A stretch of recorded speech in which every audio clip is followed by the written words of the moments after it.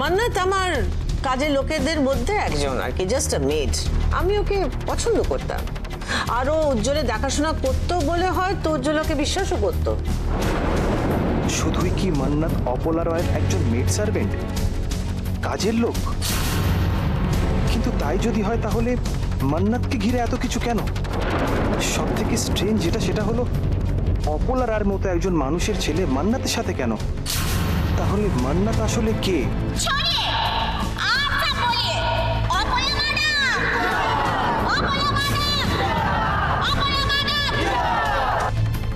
না, এখানে বসে ভাবলে শুধু হবে না, খুব বড় একটা সত্যি আছে এসবের পেছনে, যেটা আমাকে জানতেই হবে।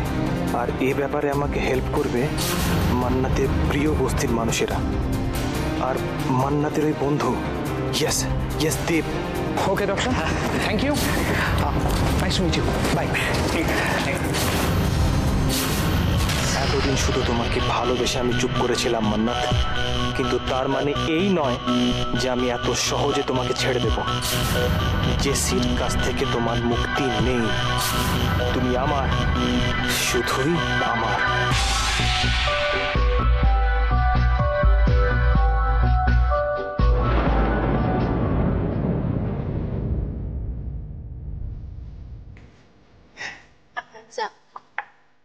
Thank you.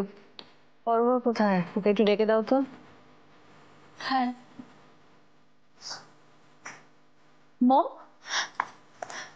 মম, তুমি কখন এলে? ওদের কিছু খোঁজ পেয়েছো? পরমা, তোমার জন্য আমি কিছু এনেছি, দেখো।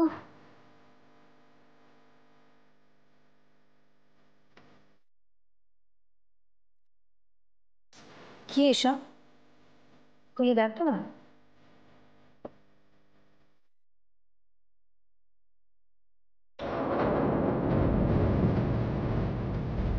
এত ভাবছো কেন পরমা? বৌমনি, আমি তোমাকে হেল্প করে দেবো, খুলে দেখিয়ে দেবো এই ব্যাগটাতে কি আছে। তোমার হেল্প তো আমরা চাইনি এটা। মম, আমি তো জাস্ট বৌমনিকে হেল্প করতে চেয়েছি। আমি আর পরমা কথা বলছি, এভাবে মাঝখানে কেউ কথা বললে আমার ভালো লাগে না। তুমি যাও না, তোমার কাজ সেরে নাও, যাও, go and do your own work, গো।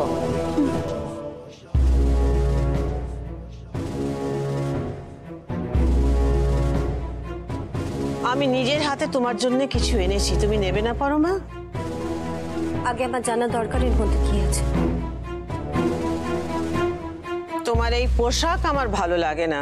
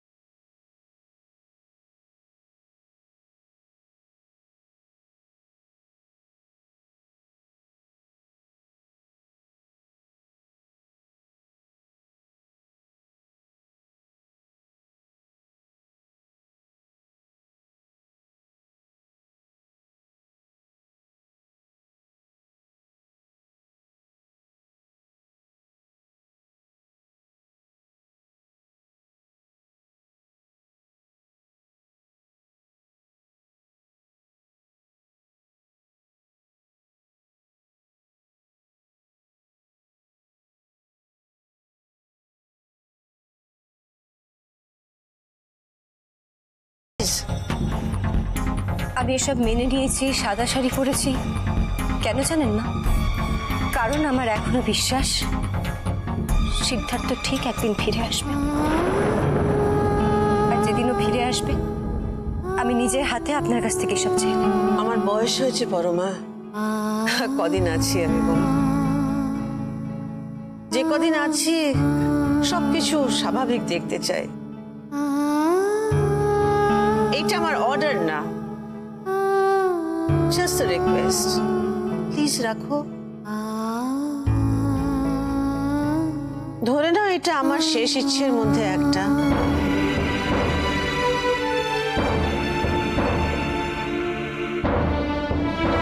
নাও।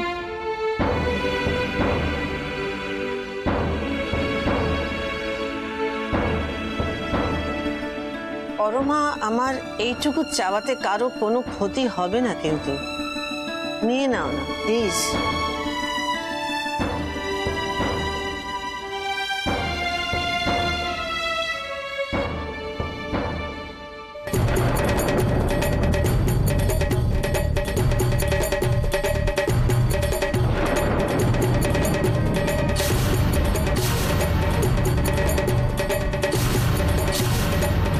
ডাক্তারবাবু, ডাক্তারবাবু দরজাটা খুলুন না। ডাক্তারবাবু একবার দরজাটা খুলুন। কে? দরজাটা একবার খুলুন না। আরে কে? বলতে পারছো না? বললে আপনি চিনতে পারবেন না। একবার দরজাটা খুলুন, একবার ডাক্তারবাবুকে ডাকুন না।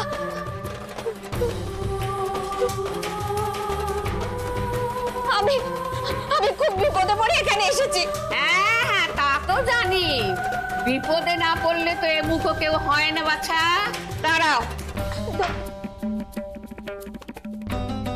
কে? ওই দেখি কে? দয়া করে একবার ডাক্তারবাবুকে ডাকুন না।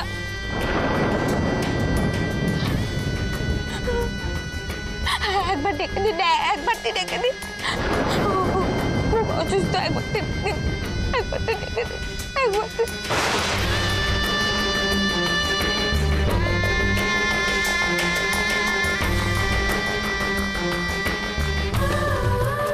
এখানে আমি দাঁড়িয়ে আছি। হ্যাঁ, চলো ভেতরে চলো। আসলে প্রমোটা তো বাইরে আছে, না ফেরা পর্যন্ত খুব চিন্তা হচ্ছে গো। রাশি এখনো বাইরে, এবারও ফিরবে কি না কে জানে। বাইরে এত গুমট না, মনে হচ্ছে ঝড় আসবে, বুঝলে, অসময়ে ঝড় আসবে। ঝড় তো একটা আসবার কথাই ছিল। ঝড় আসবে, প্রলয় হবে, সব কিছু তছনছ হয়ে যাবে যতক্ষণ না আমার রাশি আমার কাছে ফিরে না আসে।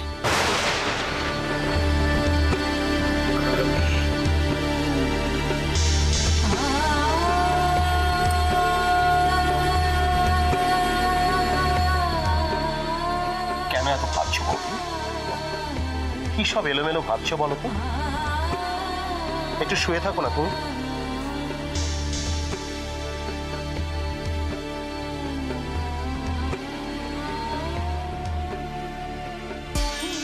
পারলাম না ঠাকুর, আমি তোমার কাছ থেকে মুখ ফিরিয়ে থাকতে আর পারলাম না।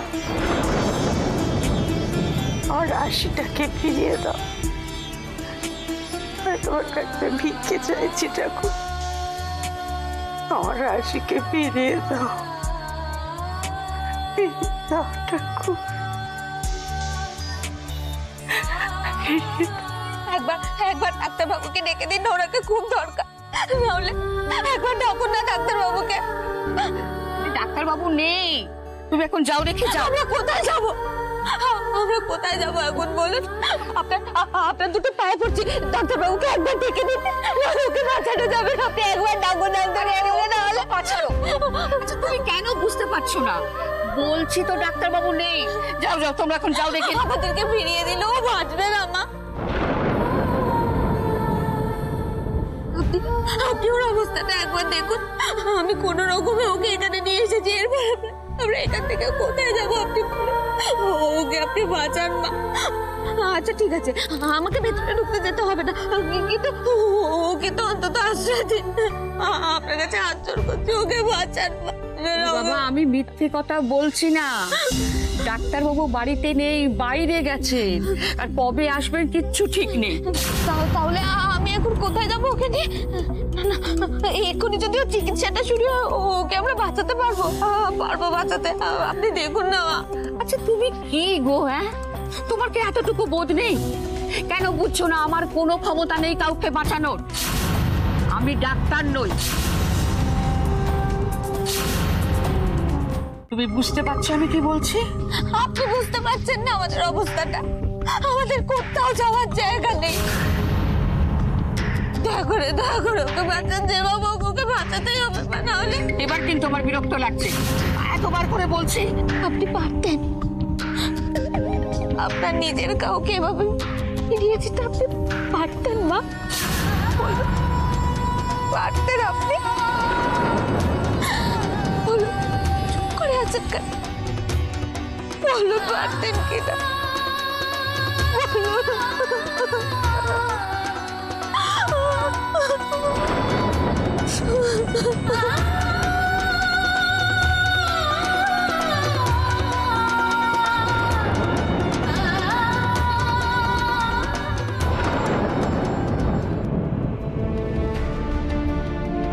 দাদা,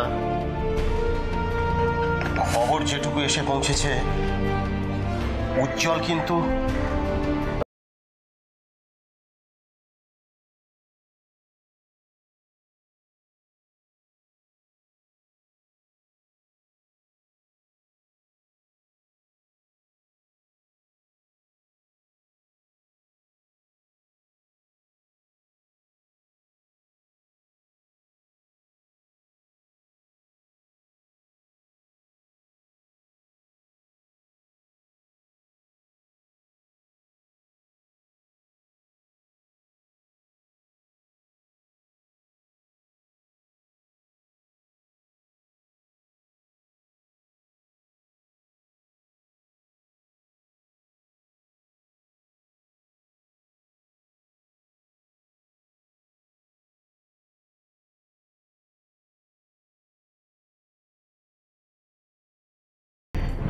তুমি তো এতদিন অপেক্ষা করছিলে রাশি কবে ফিরে আসবে, সমস্ত পাপের প্রতিশোধ নেবে।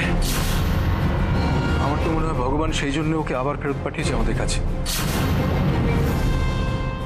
ঠিক বলেছ, একদম ঠিক। আমি ওর জন্মছকে মৃত্যু দেখেছিলাম, সেটাকে মিথ্যে করে যখন ফিরে আসতে পেরেছে, তার মানে সত্যের জয় অনিবার্য।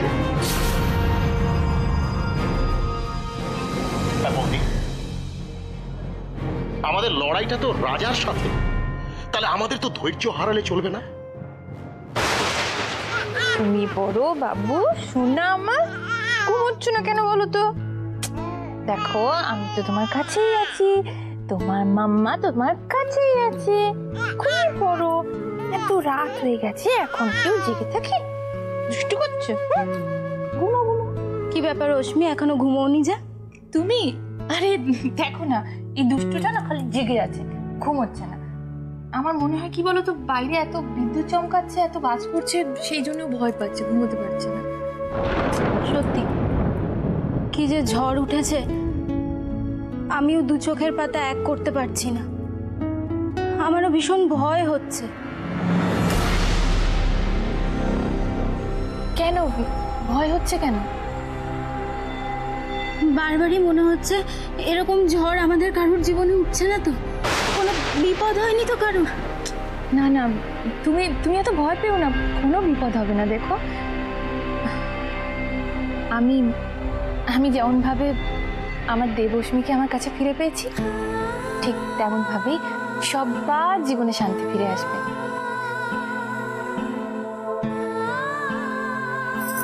বাচ্চাটাকে খুব ভালোবেসে ফেলেছো, তাই না? তাই নিজের বাচ্চার মতো করে আগলে রেখেছো। আরে ও তো আমারই বাচ্চা, আমার দেবশ্মী। দেখো, আমি তো মা, বলো আমি বুঝতে পারবো না আমার দেবশ্মী কোনটা? হ্যাঁ, তবে অনেকেই চেষ্টা করেছিল আমার দেবশ্মীকে আমার থেকে দূরে রাখার, কিন্তু মায়ের থেকে কি তার সন্তানকে আলাদা রাখা যায়? স্ট্রেঞ্জ, রিনাও হাসপাতাল থেকে বাচ্চাটাকে হঠাৎ করেই খুঁজে পায়নি। এদিকে অশ্মিও হাসপাতাল থেকেই বাচ্চাটাকে। তাহলে কি অশ্মিই ঠিক ভাবছে এটা ওরই বাচ্চা? কিন্তু রিনা তো বাচ্চাটাকে ডক্টর লাহিড়ীর হাসপাতাল থেকে। তাহলে অশ্মিরাও কি ওইখানেই গিয়েছিল চেক আপে? কিন্তু সেটা কি করে কনফার্ম হব?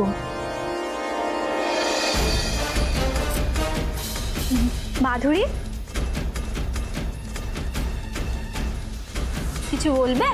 হ্যাঁ শোনো না, তোমাকে অনেকদিন ধরে একটা কথা জিজ্ঞেস করবো ভাবছিলাম, কিন্তু বলাই হয়ে উঠছিল না। তুমি ঠিক মতো চেক আপ টেক আপ করাচ্ছ তো? ডক্টর লাহিড়ির কাছে গেছিলে? হ্যাঁ, ওনার হাসপাতালেই তো অ্যাপয়েন্টমেন্ট ছিল, আমরা ওখানেই গেছিলাম। ও মাই গড, তার মানে অশ্মি বাচ্চাটাকে ডক্টর লাহিড়ীর হাসপাতাল থেকেই পেয়েছে। বাচ্চাটাকে নিয়ে তাহলে অশ্মির ধারণাটাই ঠিক। না না, এটা আমাদের জন্য একেবারেই ভালো খবর নয়। এখন যত তাড়াতাড়ি সম্ভব এখানকার প্ল্যান সাকসেসফুল করে সম্পত্তিটাকে হাতাতে হবে। একবার শুধু উজ্জ্বলের মৃত্যুর খবরটা আসুক, ব্যাস।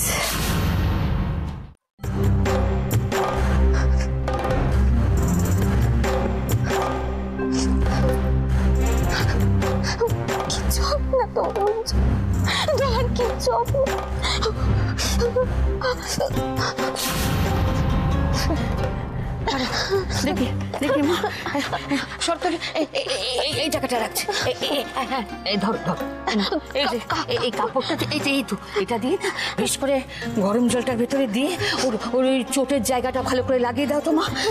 দাও দাও দাও। আরে কত রক্ত বেরোচ্ছে। আস্তে আস্তে আস্তে আস্তে, হ্যাঁ হ্যাঁ হ্যাঁ, চেপো চেপো, ভালো করে চেপো। হ্যাঁ, এবার দাও, এবার দাও, দাও।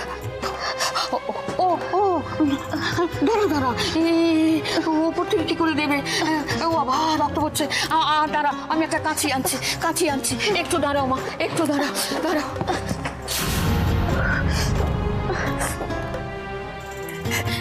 এই যে মা, এনেছি, হাতের কাছে পেয়েছিল। না না, কাটো তো, দেখো বাবা, আস্তে আস্তে কেটো, আস্তে। হ্যাঁ হ্যাঁ, কাটো, সামনে দেখো, না লাগে জানো। হ্যাঁ, কাটো। বাবা রে, এবার দেখো।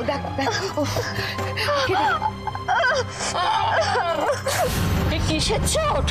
হ্যাঁ, আমার তো মনে হয় গুলি লেগেছে।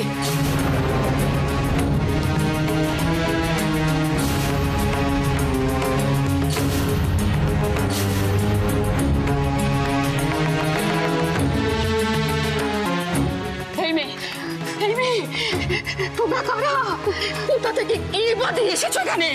কে তুমি? মা, আপনাকে আমি পরে সবকিছু বুঝিয়ে বলবো। আগে ওকে বাঁচাতে হবে, না হলে আমাকে আপনি ভুল বুঝবেন না প্লিজ। আপনার কাছে হাত জোর করছি, ওকে যদি আমি না বাঁচাতে পারি তাহলে আমি। কিন্তু গুলি ভেতরে থাকলে সেটা বার না করলে তো ওকে বাঁচানো যাবে না। হ্যাঁ, ও তো এখনো রক্ত পড়ছে, তার মানে অনেক রক্ত আগে বেরিয়ে গেছে। এক্ষুনি গুলিটা বার করতে হবে। তাহলে বের করুন, কিছু একটা করুন। আপনার পায়ে পড়ছি, ওকে যেভাবে হোক আপনি বাঁচান মা, যেভাবে হোক বাঁচান। নাহলে আমি কিছু করতে পারবো না বাবা, আমার তো বয়স হচ্ছে, আমি পারবো না। বেশ, তাহলে কি করতে হবে অন্তত আমাকে বলুন, আমি করবো। আমি করবে? তুমি পারবে?